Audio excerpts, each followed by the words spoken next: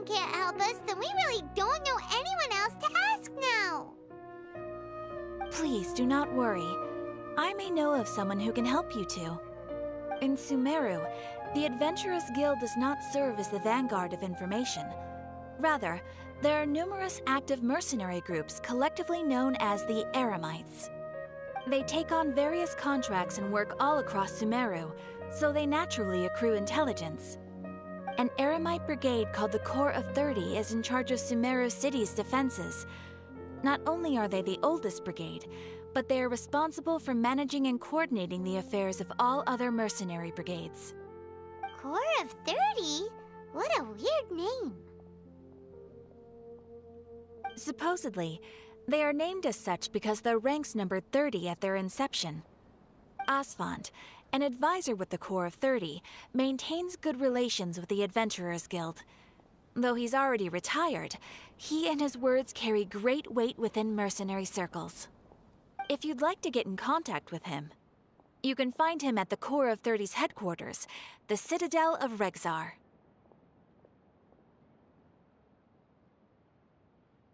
You're welcome. I wish you two the best of luck. We look forward to your exploits in Sumeru. Alright, off to the Citadel of Regzar we go! Ad Astra.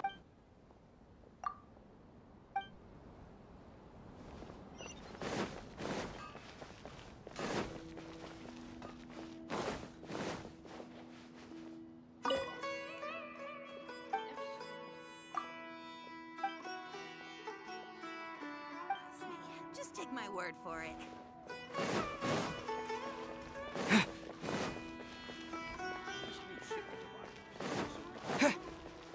Why isn't it working?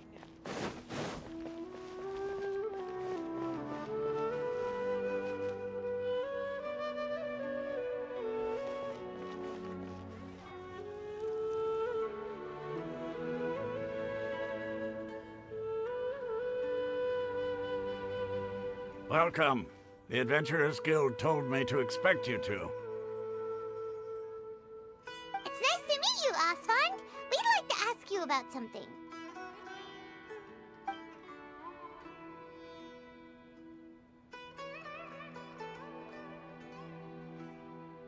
I see. So, Catherine's the one who sent you this way.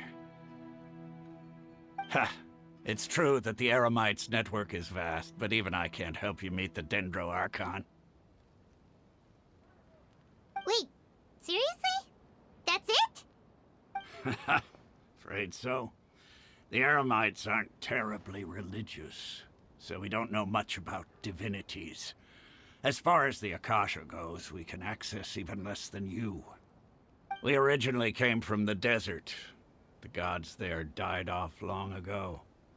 Since those days, we've used our own two hands to carve out a living. We don't beg gods for their aid. It isn't just us, though. If you ask me, I think most in Sumeru aren't interested in Lesser Lord Kusanali. Oh? Why's that? Just take the Academia, for example. They're the ones who truly rule Sumeru.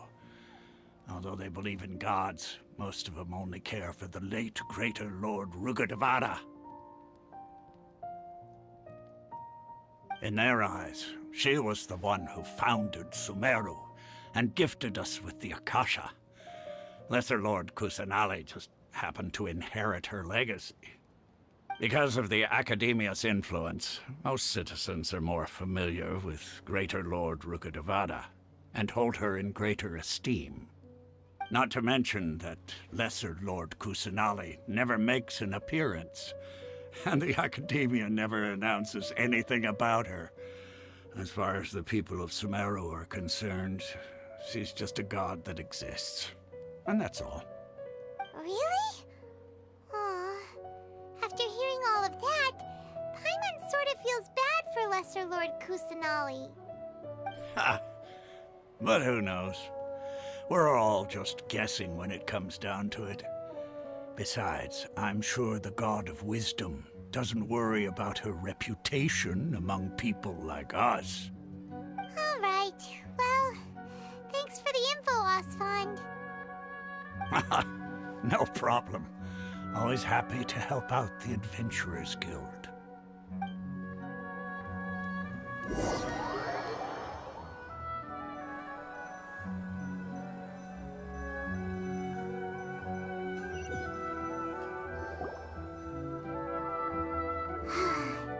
Seems Osfond was right about most people's attitudes here. Not only are they not interested in the Dendro Archon, they even say stuff like, if the Akasha doesn't think I should know, then I don't need to know about it. We've been asking for information non-stop ever since we got to Sumeru. But the harder we try, the more helpless everything seems. Isn't there at least one person in this entire city who cares about Lesser Lord Kusanali? Oh, you two are interested in Lesser Lord Kusanali? Huh? Who are you? From the sound of it, you two are Outlanders who recently arrived here. You've been asking around for information on Lesser Lord Kusanali, right? Oh, I'm sorry. I forgot to introduce myself. I'm Dunyarzad, one of Lesser Lord Kusanali's faithful followers. Whoa, really? Then do you know how we can meet with her? I'm afraid I can't help you with that. But your conversation earlier did happen to remind me of a legend about the Dendro Archon. Sure. It goes like this. Long, long ago, there was a man who heard a prophecy. It predicted that a great calamity was about to befall him. Panicked by what he heard, the man sought out the Dendro Archon in hopes that she would bless him with the wisdom to help him escape his predicament. The man journeyed across deserts and through rainforests and experienced tribulations of every kind. However, he still couldn't find any trace of the Dendro Archon. In despair, he thought, alas, the Archon has abandoned me. He then had no choice but to sorrowfully resign to his fate. Okay, and then what happened? And then, the calamity came. But to his own surprise, the man felt somehow emboldened by the trials of his journey. By relying on his own strength, he managed to overcome the adversity. At that moment, a bird perched upon his shoulder. This bird was, in fact, an avatar of the Dendro Archon. She said, "O Archon Seeker, do you now understand? She and her wisdom have long been found by you. Along your journey, we were in every flower and blade of grass, every ray of sparkling sun, and every breath of dancing wind. So long as you continue to think and ponder, we'll be wherever you go."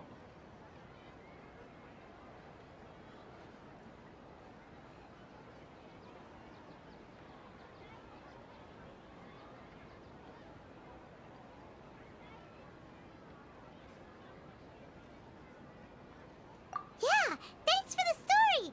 Paimon feels all warm and fuzzy inside after that. In a way. It seems like this story is also one of the Dendro Archon's avatars. Dunyarzad, since you worship Lesser Lord Kusanali, can you tell us anything else about her? Of course. So did you two know that, I'm terribly sorry, but it seems something's come up now. Let's chat another day.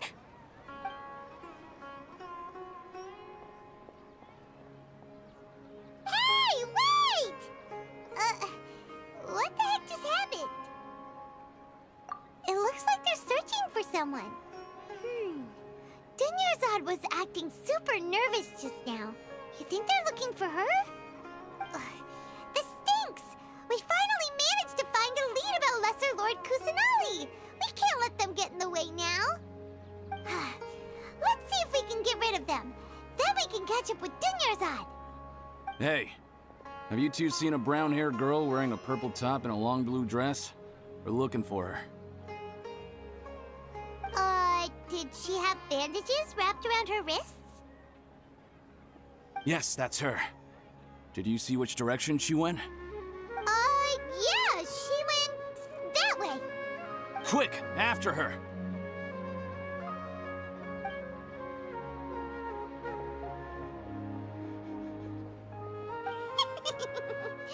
That should keep him busy for a while. Let's hurry and find Dunyarzad.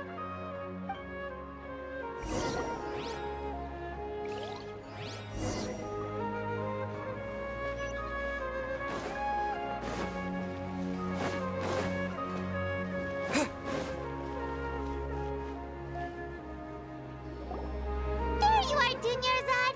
We thought you might have been long gone by now. Oh, it's you two. Oh, you startled me there. You can relax now. We threw those people looking for you off the trail. Really? Thank you so much. Unfortunately, I believe there's still more of them out there looking for me. Uh-oh, looks like there are some coming this way. Huh? More of them? Then what are we standing here for? Run! No, wait, my body isn't in the best shape. It's difficult for me to run. Okay, sounds good. There's a tavern on the other side of the port we can go to. They probably wouldn't expect me to hide in a place like that. All right, let's move out. Stay behind us. We'll keep an eye out for anyone looking for you. This new shipment of items, they're also Trust me, ridiculously just take overdesigned. my word for it. Excuse me, sir. Have you seen a brown-haired girl wearing a purple top and long blue dress? Hey, what did you say? Oh, yes, I have a granddaughter. I wasn't asking about your granddaughter. I asked if you had seen a young woman go by. Ah, yes, she and her parents settled down in Port Ormos. I haven't seen her in a long time.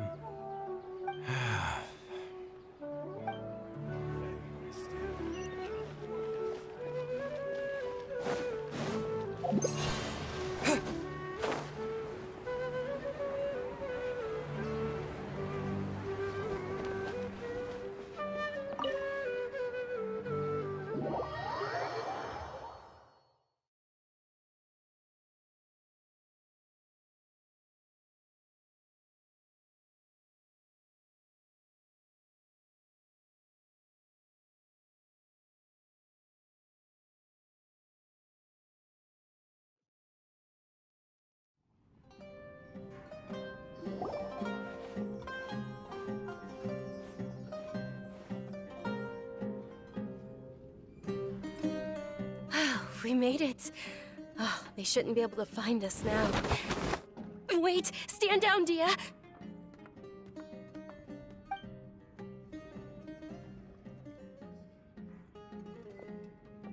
My lady, who are these two? They're travelers that I met on the street just a moment ago. They happened to notice that you were all searching for me, so they helped me hide. I see. In that case, you two should scram. There's nothing here for you. Wait a sec. Who the heck are you? And why are you shooing us away? I'm Miss Dunyarzad's bodyguard, here to see that she returns home safe and sound.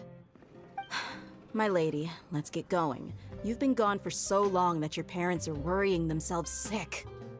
And if I refuse to go with you?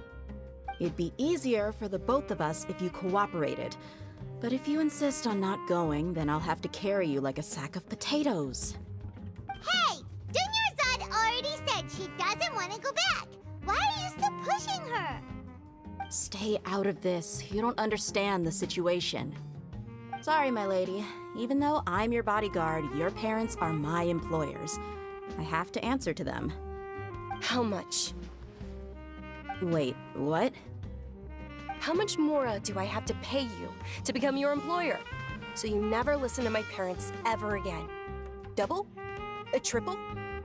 Give me some time and I'll get that much. My lady, this isn't about Mora. I don't know what you think of us Eremites, but let me say this. I like Mora, but I'll never go against my principles. That's why I'm here looking for you. Sure, it's an order from my employer, but my conscience was also telling me it's the right thing to do. And knowing your health, carelessly running around like this is gonna hurt ya. For the sake of those who love you, don't be stubborn. No, you're wrong. I'm aware of my limits, and I know what I'm doing. Honestly, the only people being stubborn right now are my parents. And they know perfectly well that it makes no difference if I'm at home or not. They still won't accept reality. And every time I bring this up, they just change the subject. Dia, you've been living with us a long time already. This should be old news to you. Dia, I know it hasn't been easy for Mother and Father, and I'm grateful for everything they've done for me. But there's someone else in this world I'm also grateful to. Because she saved me. The love I have for her is the same I have for my parents. This is my life and my last chance. So I want to do something meaningful.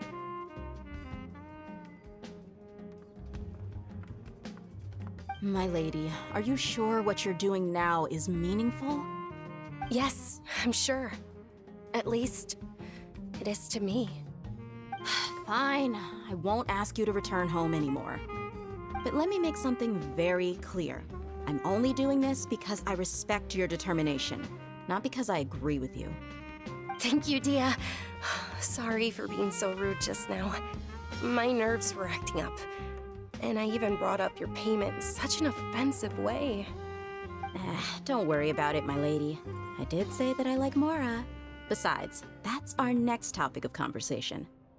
Today's little excursion caused such a ruckus that every single bodyguard at the estate was deployed. It wouldn't be easy to hide things from your old man. Since this definitely won't be your last escapade, here's a little tip. You should at least make it look like your room and things are still in order when you leave. Also, you'll need someone to cover you for when you're out and about. So, I'll let you hire me, my lady. This way, everyone wins. As for the pay, let's say half of what your father pays me. We can settle the bill when we return to the estate. Okay, deal. Yay! Looks like they've reached an understanding.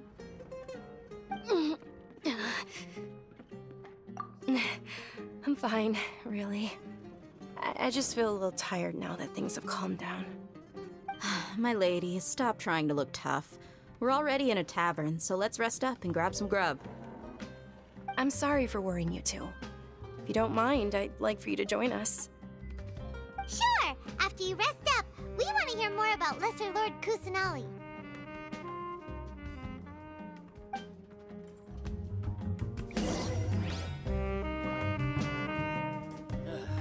Just can't beat the atmosphere here.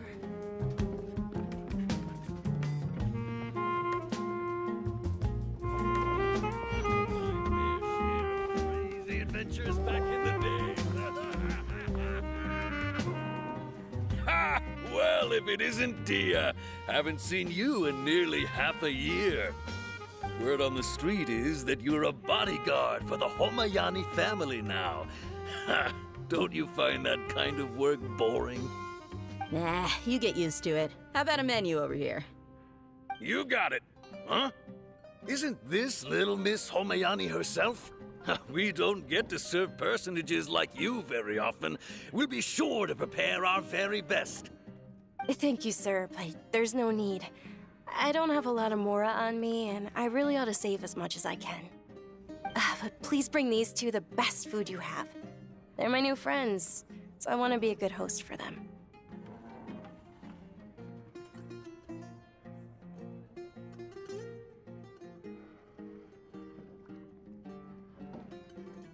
Wait, we're paying for ourselves now? Aw, Paimon kinda wanted to try something fancy, but we aren't exactly loaded. Guess Paimon will settle for something ordinary. How about our coconut charcoal cakes? They're our signature snack, and they run cheap. Look, other customers over there are eating some now. They look kind of burnt and dry. Paimon will pass. Hey, come on! Paimon has personal preferences too, you know. Dunyarzad, we asked a lot of people when we first arrived, and almost nobody was interested in Lesser Lord Kusanali. So, what made you want to follow her? Well, remember when you asked me if I knew how to meet the Dendro Archon? Even though I don't know how, I think I've actually seen her before. Huh? Really? Yes, it was when I was a child. At the time, my illness had kept me bedridden for the better part of a year. I was stuck inside and couldn't make any friends, and my parents did their best to find treatments for me. But even then, the Akasha didn't have any helpful information. My younger self no longer had any hopes or dreams. One flare-up was so bad that I was in a semi-conscious state for several days. Then one night, I woke up alone in my room. I was terrified. My body was paralyzed. Even if I cried, there was no sound. At that moment, an ethereal voice spoke in my mind. Dunyarzad, don't be scared. You don't have to cry. Dunyarzad, don't be scared. You don't have to cry. Who are you? How do you know my name? How do I explain this? You might not be able to understand, but actually, I know everything about you. Really? Of course. I know that you're scared of thunder, that you hate taking medicine every morning, and that you love counting the petals on your mom's skirt. Wow, you really do know everything. Dunyarzad, is there anything you want? Want? Not really. I can't go anywhere or do anything. Huh? But aren't you a child? All children have wishes. Tell me what you want, and maybe I can make it happen. But can you make my illness go away? Oh. I'm sorry. But I'm not powerful enough to do that right now. Then, can you be my friend? After that, the voice said, "Okay, I'll be your friend." Although my body was suffering during those days, that voice encouraged me and told me many wondrous things. Beyond my window was the flourishing Sumeru city. Beyond the city was a lush rainforest. And beyond that was the wall of Samiel, deserts, and all of Tevat. Once I finally made it through that bout of illness, I couldn't hear that voice anymore. I told my mother about it, but she said that I must have been dreaming. But I know that that voice wasn't a figment of my imagination. Before that, I had never heard of Tevat. Yes, for sure. If it weren't for that voice, I would have never grown curious about the outside world, nor would I have learned how to read and enjoy so many books. That voice sparked a desire for wisdom. It had to have been the Dendro Archon. I've been hoping for a chance to repay her kindness. In fact, I was running around today to help prepare the Sub-Zero's festival for her. What's the Sub-Zero's festival? It's Lesser Lord Kusanali's birthday, which was the day that she was found by the sages. It's actually an old holiday that originally celebrated Greater Lord Rukkhadevata's birthday. When she passed away, the holiday eventually became a celebration of the Lesser Lord's birthday. I heard everyone was overjoyed when they welcomed her back to Sumeru. In those days, the festival was a huge deal. But because of the Academia's influence, people have gradually lost interest in the festival. The Academia actively participates in Sumeru's many holidays dedicated to Greater Lord Rukkhadevata. But when it comes to the Sub-Zero's festival, forget any funding. They practically act like it doesn't exist. Maybe they see Lesser Lord Kusanali's birth as confirmation of Greater Lord Rukkhadevata's death, so they're reluctant to celebrate it. Aww, but that's awful. It is. It's absolutely terrible. Sure, the Greater Lord founded Sumeru, but hasn't Lesser Lord Kusanali been the one quietly protecting us for the past few hundred years? Just remember that we're still out in public. Don't get too carried away now. I know that people over by the Grand Bazaar still hold the Sub-Zero's festival to this day. But I hadn't met any of them before, so I was never able to contribute. But recently, I made a friend there who also follows Lesser Lord Kusanali. I gave her my savings because I want her to throw a wonderful festival this year. That's the least I could do for Lesser Lord Kusanali. Hold on, my lady. Does this friend happen to be Nilu, the one who sends flowers to the estate? Yes, that's her. I saw her leaving the other day with a nervous look on her face. It seemed like she was hiding something in her arms. Did you give her something? Yes. Initially, I didn't have much Mora prepared, so I had Nilu sell one of my skirts. I've agreed with Nilu to meet up at the Grand Bazaar today, and see how things are coming along. Dia, would you accompany me? Sure. That's quite the trip, though. I'll carry you. No, that would be too much, even for you. You might as well just accept the lift. If I let you walk, who knows how long it'll take us. And if anything happens to you, then I'd really never hear the end of it from your father.